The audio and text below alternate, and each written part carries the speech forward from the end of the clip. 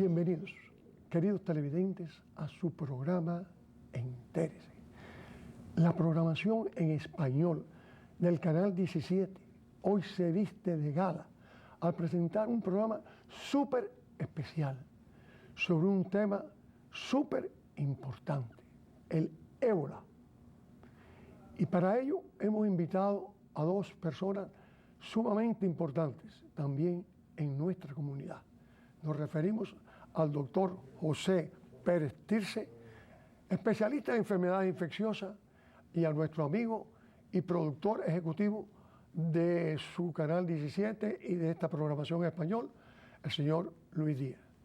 Habiendo hecho esta presentación, les quiero dar a ustedes una cronología de la llegada a este país del paciente hoy, el señor Thomas Duncan.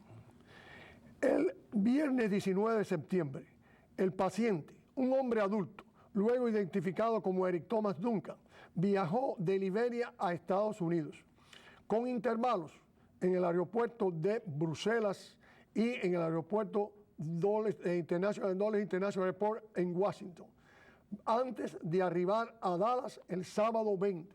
Sale el 19 y llega el 20. Estamos hablando prácticamente 24 horas con 2 paradas. Duncan estuvo en Dallas visitando a su novia, dijo el líder de la comunidad de Liberia, Stanley Gay. Entre esas personas que encontró estaban los 5 hijos de su novia, dijo Gay. Por favor, director, como estamos hablando del paciente, quisiera que apareciera en pantalla lo relacionado con este ébola y, por supuesto, con el paciente. El superintendente del Distrito Escolar Independiente de Dallas, Mike Miles, dijo que el paciente estuvo en contacto con 5 estudiantes que asisten a 4 escuelas diferentes en el área. Aunque los 5 estudiantes que estuvieron cerca de Duncan están en casa y son monitoreados, sus escuelas permanecerán abiertas. Más de 3.500 estudiantes asisten a las 4 escuelas. Cada uno será limpiado y desinfectado en los próximos días.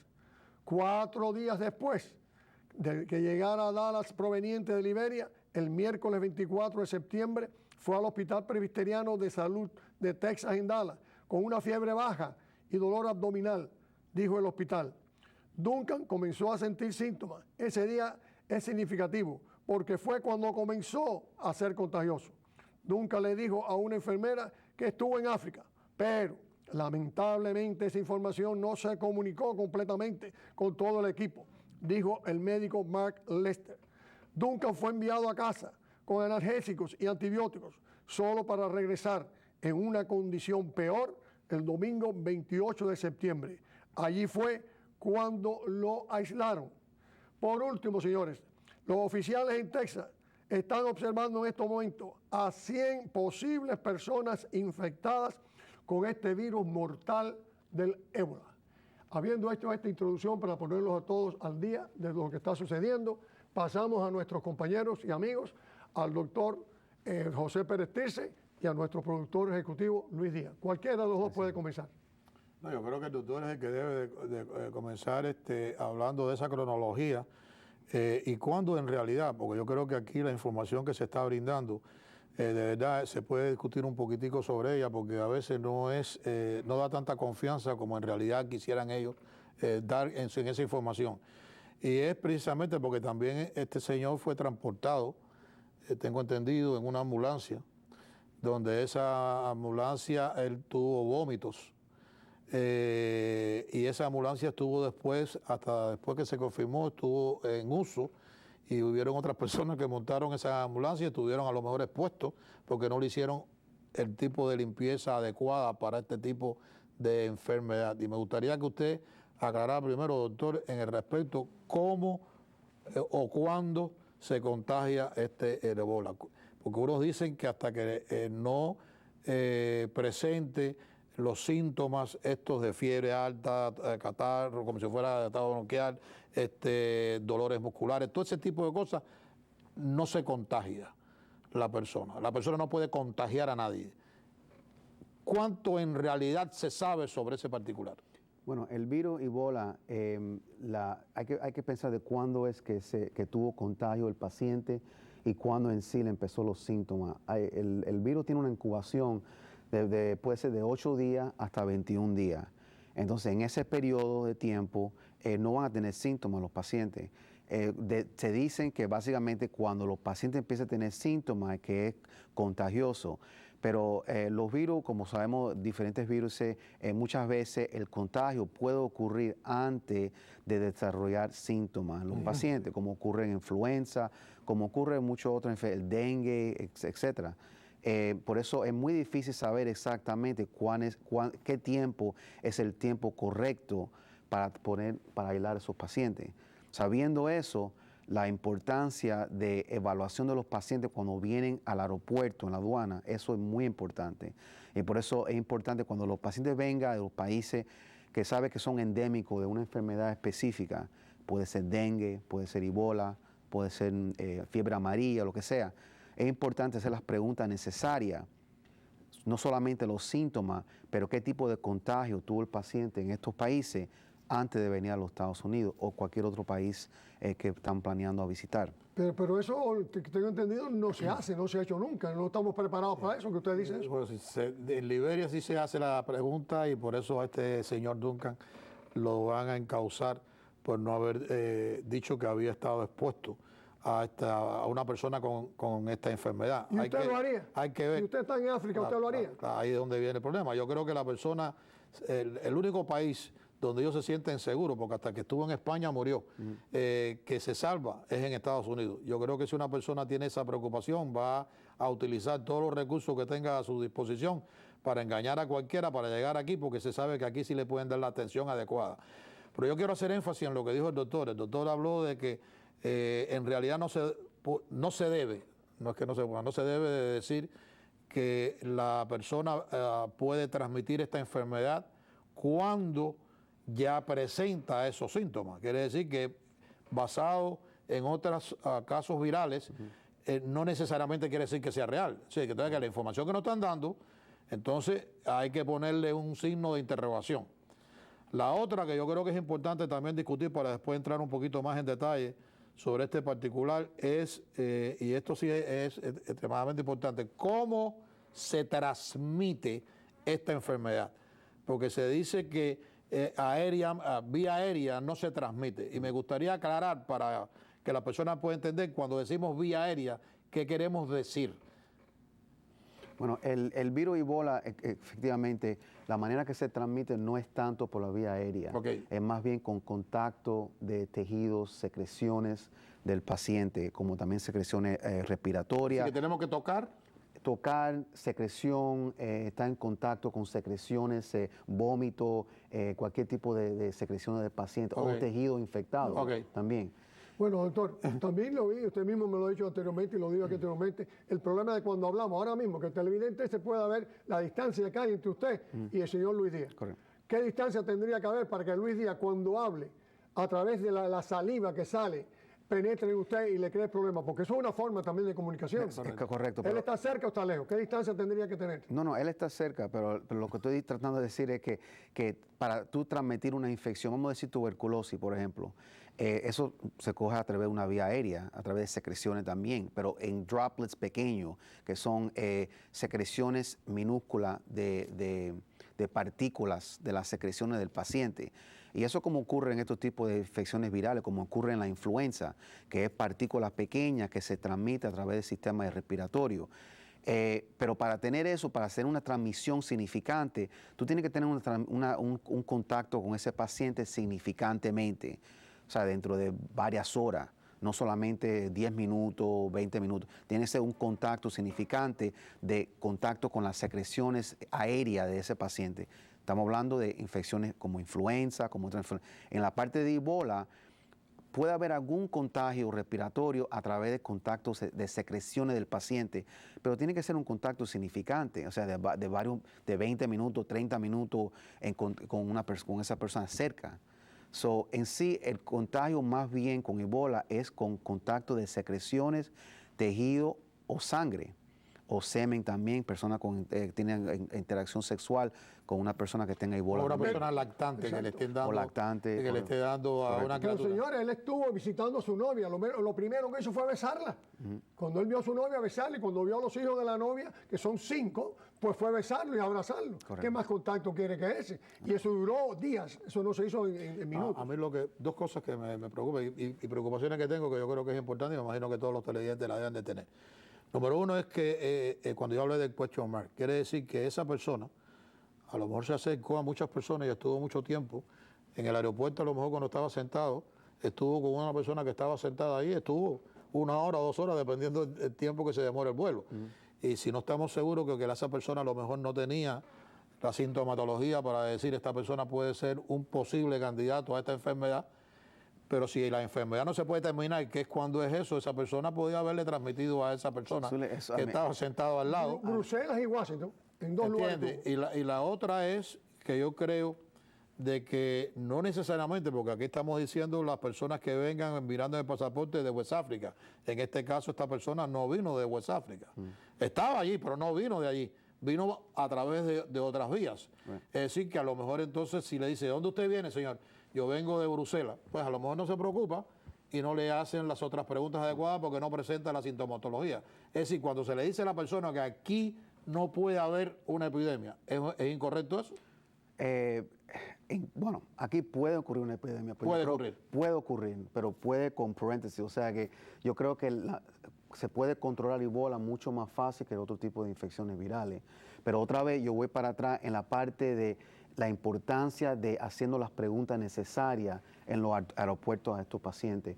Mira, la fiebre amarilla era un problema en Asia muchos años, en China, en Japón. Ahora tú entras en esos países, muy raramente tú ves fiebre amarilla en Japón. Erradicaron al transmisor. Porque ya ellos, las primeras preguntas le hacen a los pacientes que entran en los países, ¿cuándo era la última vacuna que tú recibiste de la fiebre amarilla? No es adecuado, no puede entrar al país. Ya. O sea que ellos tienen una manera de prevención para evitar estos problemas en China. Y cuando no había fiebre, cuando no había la vacuna, se erradicaba el transmisor porque era fácil erradicarlo, porque era un tipo de mosquito diferente y podían erradicarlo. Al haber la vacuna, pues ya tiene una vacuna. Pero en este caso no existe. Yo creo que es algo que debemos de entender nosotros, porque es preocupante. Entonces debemos de poner, por lo menos para tener tranquilidad, pedir que se ponga en cuarentena a todos estos países de West África, porque si tenemos a las personas, porque es interesante ver esto, nosotros tenemos aquí a las personas en cuarentena, por lo menos los más cerca, los más allegados, ¿no? Como digo él, en el apartamento.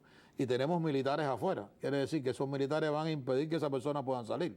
Y ahí van a recibir todo el tratamiento que necesitan para evitar de que puedan contagiarse. Y si lo tienen, pues poderlos tratar. Es decir, y entonces en West África, que hay mucha más cantidad de gente, y que es nada más que un cuestionario que le preguntan, ¿usted estuvo en contacto con una persona que tiene esta enfermedad? La persona que tiene, mentalmente tiene que estar preocupada porque está en un lugar donde hay una pandemia allá sobre esta enfermedad. Va a mentir si viene para Estados Unidos porque va a decir, como Angulo trató de decir, no, el único lugar donde yo estoy seguro que me van a resolver un problema es en Estados Unidos.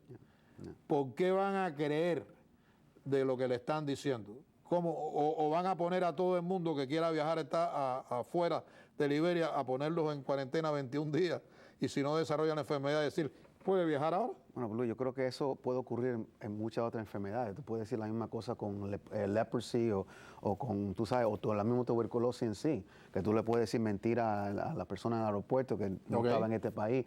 La importancia yo creo que tiene que ser es hacer las preguntas necesarias en el aeropuerto. No solamente de cuándo era, de dónde tú empezaste el viaje. ¿Era en África? ¿Era en Pero si la persona no le dice la realidad, no está evitando nada. Y entonces hay que tomar quizás medidas severas como la que están tomando en la casa esta, donde están los militares, que impiden que esa persona pueda tener contacto para evitar. Es la mejor manera de poder corregir. Esos 3.000 militares que van a ir de Estados Unidos para allá, ¿cuál es la función de ellos? Ellos no son médicos, ni enfermeros, ni nada, son militares. Sí. Es decir, yo me imagino que cuando ponen porque lo han hecho en Liberia, en alguna ciudad pequeña, para evitar de que pueda contaminar a otra, pues la ponen en cuarentena y nadie puede salir. Hubieron ya ataques de algunas de esas personas que quisieron salir para buscar, porque es la preocupación del ser humano. Yo no sé si yo lo tengo o no lo tengo y me preocupo. ¿Por qué entonces no tomar medidas más severas Estados Unidos para evitar de que pueda haber esos escapes de personas que no dicen la realidad y llegan y se mezclan con la población? No, yo creo que yo estoy seguro que va a haber otros casos más que se van a encontrar importados de otros países o África mayormente.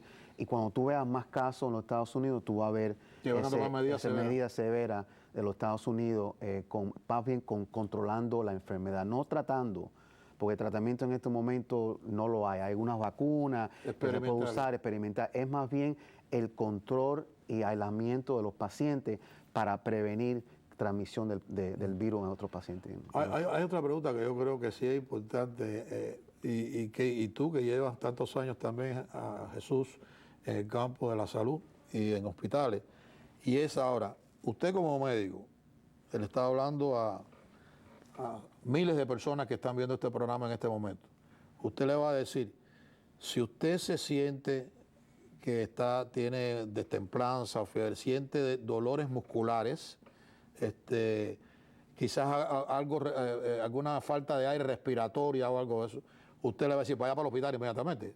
Basado en antiguamente pues venía por la consulta, le daban un tratamiento, toma todo Tylenol para la fiebre. Los síntomas son muy parecidos. Son los mismos. Entonces quiere decir que toda esta persona que nos está viendo hoy, la recomendación suya sería, vaya para el hospital. Mira, Luis, yo creo que esto va a ser muy similar a lo que pasó con anthrax varios años, en que sí había ese miedo en la comunidad, que si cogía un poquito de fiebre, tos o lo que sea, que iba a tener anthrax.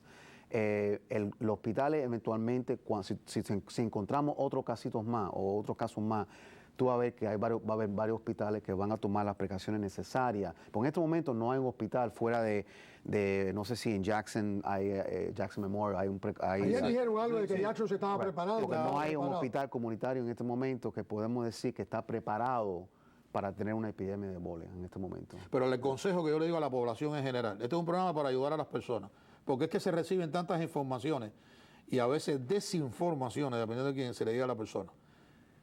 El consejo para cualquier persona, porque nadie sabe, si usted tiene esa sintomatología, debe de ir a visitar a un médico, es decir, debe ir a un hospital. Mira, Luis, los chances de desarrollar un síntoma secundario a un virus que no es ébola es mucho más grande que tener ébola. ¿Okay? Ahora en este momento la influenza, como también otros tipos de virus, es mucho más común que ébola en este momento. Yo creo que sería un pánico para crear en la comunidad que no tiene que hacerlo y que no debe ocurrir en este momento, no solamente porque ha habido un caso importado y varios casos que vino de África a los Estados Unidos. Eso es algo que no debe ocurrir. Yo creo que lo mayor es lo común a lo común. Vamos a la realidad de lo que está sucediendo en África. ¿Y por qué quiero hacer quiero hacer una comparación con África y Estados Unidos? La comparación que se hace con Estados Unidos y la droga en Sudamérica.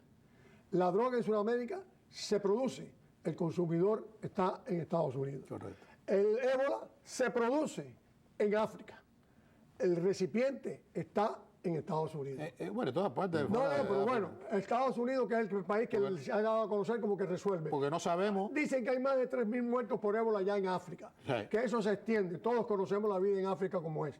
Esos países muy pobres, las costumbres, las ideologías, como rechazan la civilización. Rechazan la civilización. O sea, allí va a estar el productor por largo rato. Yo no creo que es imposible que ese productor lo puedan cerrar. Hasta que se descubra ahora, algo. mientras ese productor esté allí, por muchas medidas que tomemos aquí, habría que tomar medidas, como ha dicho él, ir a una cuarentena de África. Imposible. Es imposible. Bueno, por lo menos de West África. Por lo menos de los lugares donde mayor cantidad de... Pero eso se va a repartir por todos lados. Bueno, es posible, pero mira, una de las preocupaciones, nos preocupamos en Estados Unidos, ¿verdad? Nosotros no sabemos si en América Latina han entrado personas que han ido de África para América Latina. Usted tiene que tener una cosa, el no lo sabemos. El virus ébola es un virus que está dentro de la familia de fiebre hemorrágica. Que es una cantidad grandísima de enfermedades. En África, como también en Sudamérica, que hay también... El dengue, ¿no? El dengue no tiene hemorrágica. El dengue es parte de la hemorrágica, fiebre amarilla es parte de la hemorrágica, como también hay enfermedades en Bolivia, en Argentina, que son fiebre hemorrágica. La única diferencia que es este tipo de infecciones con Ebola es que hay un medio, un vector que se ha conocido en esa enfermedad y que en Ebola en sí no se ha encontrado. Puede ver que hay un vector, como un mosquito o algo que no se ha encontrado, pero en Ebola básicamente contacto con tejidos infectados, como son monos, como son murciélagos, como son humanos. Usted mismo lo ha dicho, que es el que más traspasa la enfermedad. Exacto, y esa es la diferencia que esta epidemia con otro tipo de enfermedades que se encontraba como dengue, como fiebre amarilla, en que ahí tú tienes algo que puede atacar, como es los mosquitos, con el sistema apropiado del gobierno para matar los mosquitos y cosas de esas. En esta epidemia no hay eso. La única manera para controlar eso es controlar transmisión del paciente a otros pacientes, lo que significa un control infeccioso, control público de aislamiento suficiente para prevenir más casos. Y para eso tú necesitas mucho dinero. Claro. El gobierno tiene que poner mucho dinero para eso. Porque... Dos preguntas, doctor. Una es, si no es en Estados Unidos y esa persona, este señor, en vez de venir a Estados Unidos, fue para Sudamérica, fue a Venezuela o fue a otro país que quizás no tengan los controles que existan acá. ¿Qué pasa? Puede también allí él, cuando se enferma, al no estar expuesto a estas personas a esa enfermedad, no lo conocen, empiezan a hacer un tratamiento que no es el adecuado, quizás tal vez, y puede empezar una transmisión. Aquí entran personas de América Latina constantemente por la frontera cuando han entrado, que no lo ha visto nadie. No todas las personas que se enferman van al médico. Aquí se enferman las personas y los televidentes que están viendo este programa, ¿cuántas veces usted ha tenido catarro fuerte? Un vómito y no va al médico. No va al médico, se hacen tratamientos en la casa y sin embargo, no quiere decir que tenga esto. Pero lo importante de esta enfermedad, que esta enfermedad se puede controlar. Es la única diferencia, porque vamos a hablar de influenza, por ejemplo. Cuando alguien tiene un catarro, el ejemplo suyo, tú varias personas en la familia pueden desarrollar catarro, como también otras personas más. Claro. Es muy difícil muchas veces saber qué tipo de contagio tú tuviste por parte respiratoria a ese paciente. Es diferente con Ebola, porque Ebola tú necesitas un contacto directo con esa persona y tú puedes controlar la enfermedad tomando las medidas necesarias de aislamiento para esos pacientes que tuvo contacto. O sea, tú le puedes decir a la persona, entonces, si estás en tu casa y ahora pongamos, por ejemplo, a la esposa, Angulo tiene un catarro enorme, que no va al médico y la esposa, entonces se debe dejar tomar medidas preventivas, de ponerse una máscara, empezar ella a protegerse para evitar de que pueda hacer una... Bueno, primero hay que hacer el diagnóstico para Jesús que tiene Ebola, número uno. No digo de Ebola, yo digo porque acuérdate que muchas personas no van al médico. Right. ¿Entendiste? No van al médico, si no tiene una cosa hemorrágica no van al médico. Pero eventualmente el paciente se va a diagnosticar, porque va a empezar a coger fiebre, va a empezar a coger síntomas y se va a debilitar al punto que va a llegar al hospital. Pero si yo lo entendí bien, usted dijo al comienzo que no necesariamente quiere decir que tenga desarrollada la enfermedad, que a lo mejor puede transmitir eso antes de tener la enfermedad desarrollada. Bueno, ¿usted quiere decir que es posible que pueda haber ese traspaso? O sea, la preocupación que yo tengo es, la mejor manera es educando a las personas. Es correcto. Y sabiendo a lo que se van a enfrentar. Y este problema es malo porque creo que no hay nada todavía desarrollado para poderlo combatir. Es nada más asistir las áreas de deficiencia para ver si el cuerpo por sí mismo puede reaccionar. ¿Estoy correcto en lo que estoy diciendo? Y nuestra función es prevenir, informar y educar. Porque en estos momentos, como usted dice, no hay nada, un solo caso que se sepa, que se haya descubierto. Pero tenemos que... y aquí en los Estados Unidos... No, hay uno. No, pero un solo... Bueno, es que se dice públicamente. Pero un solo caso que no se desarrolló aquí en los Estados Unidos. Sí, que se trajo. Es importado exactamente. por el país. Pero vamos a pensar, desgraciadamente, hay que pensar en todo. Ahora mismo, usted es un especialista en enfermedades infecciosas. ¿Cuántos especialistas hay en enfermedades infecciosas aquí en el condado de Miami-Dade? No mucho. No llegan a 6 o 7. No. ¿Cuántos hospitales están preparados para esto? No mucho. Ayer dijo Jackson esto. Entonces, señora, aunque aquí no hay nada, ni hay que tener miedo. Tenemos una situación. Tenemos una situación. Sí. Es como cuando el ciclón está saliendo de África. En las primeras indicaciones te dicen si el ciclón va a coger para el norte o va a coger para el sur. Exacto. Aquí tenemos los primeros vientos. La llegada de este señor es un vientecito de 5 millas. Exacto. Pero un vientecito de 5 millas que se puede complicar. ¿Estamos preparados para eso? Yo no creo. No, pero yo estoy seguro que ahora, en los próximos meses, tú vas a ver más dinero en los Estados Unidos que va a poner, y los otros países alrededor del mundo que van a poner para la prevención y dinero para las medicinas. Pues ya hay una medicina que está saliendo ahora que es nueva, que no se ha empezado, solamente se está usando en monos. Y está usando, hay buen resultado en monos, pero no se ha usado todavía. Y para eso, en humanos. Y entonces necesitan dinero para eso.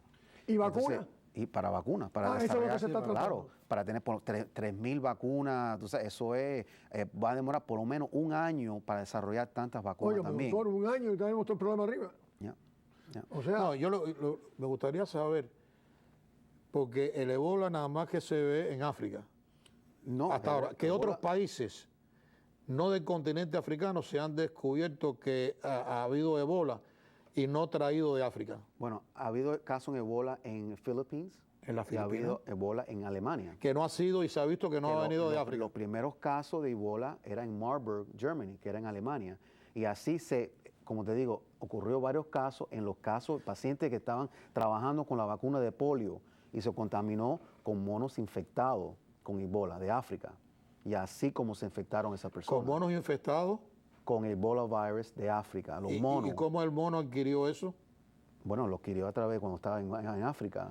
Sí, el mono. Comiendo otros monos y cosas de esas. Pero es decir, ¿es algo que el mono desarrolla o adquiere por otra cosa? No, el mono lo tenía. El mono lo desarrolla. Se usó el tejido para las vacunas de polio y la persona en laboratorio contagió la infección. ¿En Alemania? En Alemania. Quiere decir que quizás tal vez muchos laboratorios,